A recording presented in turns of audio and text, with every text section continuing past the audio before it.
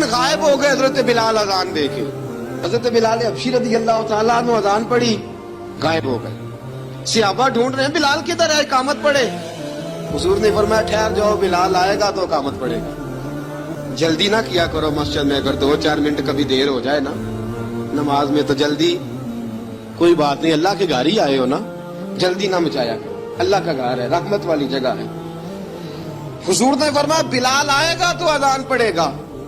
اب نبی کریم صلی اللہ تعالی علیہ وسلم کے صحابہ ایک دن حضرت بلال سے کہنے لگے, بلال تو ساری زندگی اذان پڑھتا رہا, مزہ کب آ رہا اذان پڑھنے کا؟ حضرت بلال کہنے لگے, ایک اس دن جس دن مجھے حضور نے اذان سکھائی تھی, بڑا لطف آیا تھا حضور سے اذان سیکھنے کا.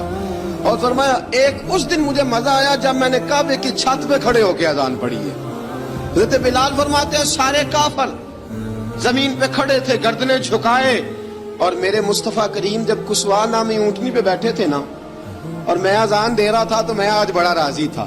میں کہہ رہا تھا یا اللہ کیا بات ہے, آج تو نے میرے حبیب کو کتنی عزتوں سے نوازا ہے.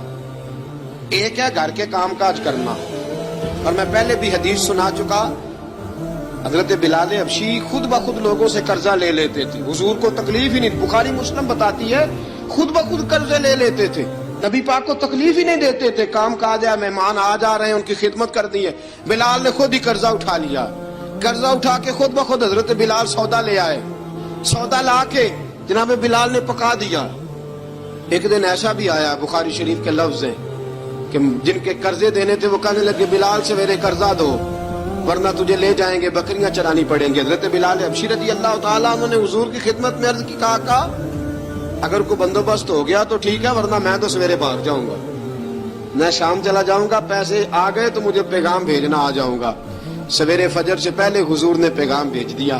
فرمایا بلال تیری مدد کے لیے اللہ نے 3 اونٹنیاں سامان کی بھیج دی ہیں. حضرت بلال حبشی رضی اللہ تعالیٰ عنہ نے سارا گھر کا کام کاج خود سے سنبھال لیا تھا. ایک دن غائب ہو گئے حضرت بلال اذان دے کے. حضرت بلال حبشی رضی اللہ تعالیٰ عنہ اذان پڑھی, غائب ہو گئے. صحابہ ڈھونڈ رہے ہیں بلال کدھر ہے, اقامت پڑھے. حضور نے فرمایا ٹھہر جاؤ, بلال آئے گا تو اقامت پڑھے گا. جلدی نہ کیا کرو مسجد میں, اگر 2-4 منٹ کبھی دیر ہو جائے نا نماز میں تو جلدی, کوئی بات نہیں, اللہ کے گھر ہی آئے ہو نا, جلدی نہ مچایا کرو, اللہ کا گھر ہے, رحمت والی جگہ ہے. حضور نے فرمایا بلال آئے گا تو اذان پڑھے گا. اب سب صحابہ خاموش ہیں کہ بلال جاتا نہیں, کام بھی اس کا کوئی ایسا نہیں. حضرت بلال دوڑے آئے, جلدی جلدی جلدی جلدی دوڑے آئے. رسول پاک صلی اللہ علیہ وسلم نے سوال ہی نہیں کیا کہ بلال تو کدھر سے آیا, فرمایا آ گئے ہو. حضور آ گیا ہوں, پڑھو اقامت, پڑھو اقامت پڑھی, جماعت ہو گئی. اب صحابہ کرام علی مریدوان حیران ہے کہ حضور نے پوچھا ہی نہیں, اور بلال آیا بھی دیر سے. حضرت جناب سیدنا صدیق اکبر, جناب مقداد, جناب سلمان فارسی, چند صحابہ نا حضرت بلال کو لے کے, کون ہے بلال تو کدھر تھا, راز کی کوئی بات ہے جو بتاتا نہیں, کدھر تھا. حضرت بلال رضی اللہ تعالیٰ عنہ کی آنکھوں میں آنسو آ گئے, رو پڑے, رو پڑے. کہ بلال کوئی گہری بات ہے, بتا معاملہ کیا ہے, روتا کیوں ہے.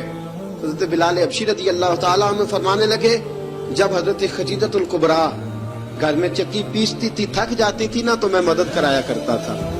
کتنے دن بیت گئے, جب فجر کی اذان دینے کے لیے گزرتا ہوں تو حضرت فاطمہ الزہرا کے بچے روتے ہوتے ہیں. فرمایا میں نے حضرت فاطمہ کو گود میں کھلایا, مجھے اپنے محبوب کی شہزادی سے بڑا پیار ہے. کئی دنوں سے حضور کی خدمت میں عرض کر رہا تھا یا رسول اللہ کو مہربانی فرمائیں.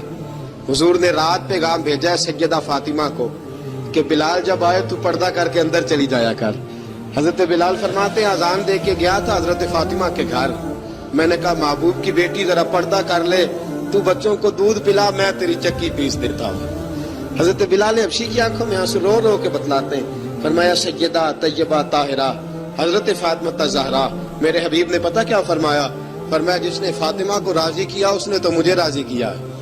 حضرت سیدنا بلال حبشی فرماتے ہیں میں نے چکی پیسی, اور میں تمہیں کیا بتاؤں, میرے محبوب کی بیٹی نے مجھے بڑی ہی دعائیں دی ہیں, انہوں نے مجھ پر بڑا ہی اظہار محبت فرمایا ہے. فرمایا میں آذان سے لے کر جماعت تک لوگ تسبیحاں رولتے ہیں, لوگ قرآن کی آیات کی تلاوت کرتے ہیں, آذان سے لے کر جماعت تک لوگ مختلف قسم کے اذکار میں مشغول ہوتے ہیں, فرمایا میرا ذکر سنو، میری تلاوت سنو، میرا وظیفہ سنو، میں آذان سے لے کر جماعت تک محمد عربی کی بیٹی کی خدمت کرنے چلا جاتا ہوں.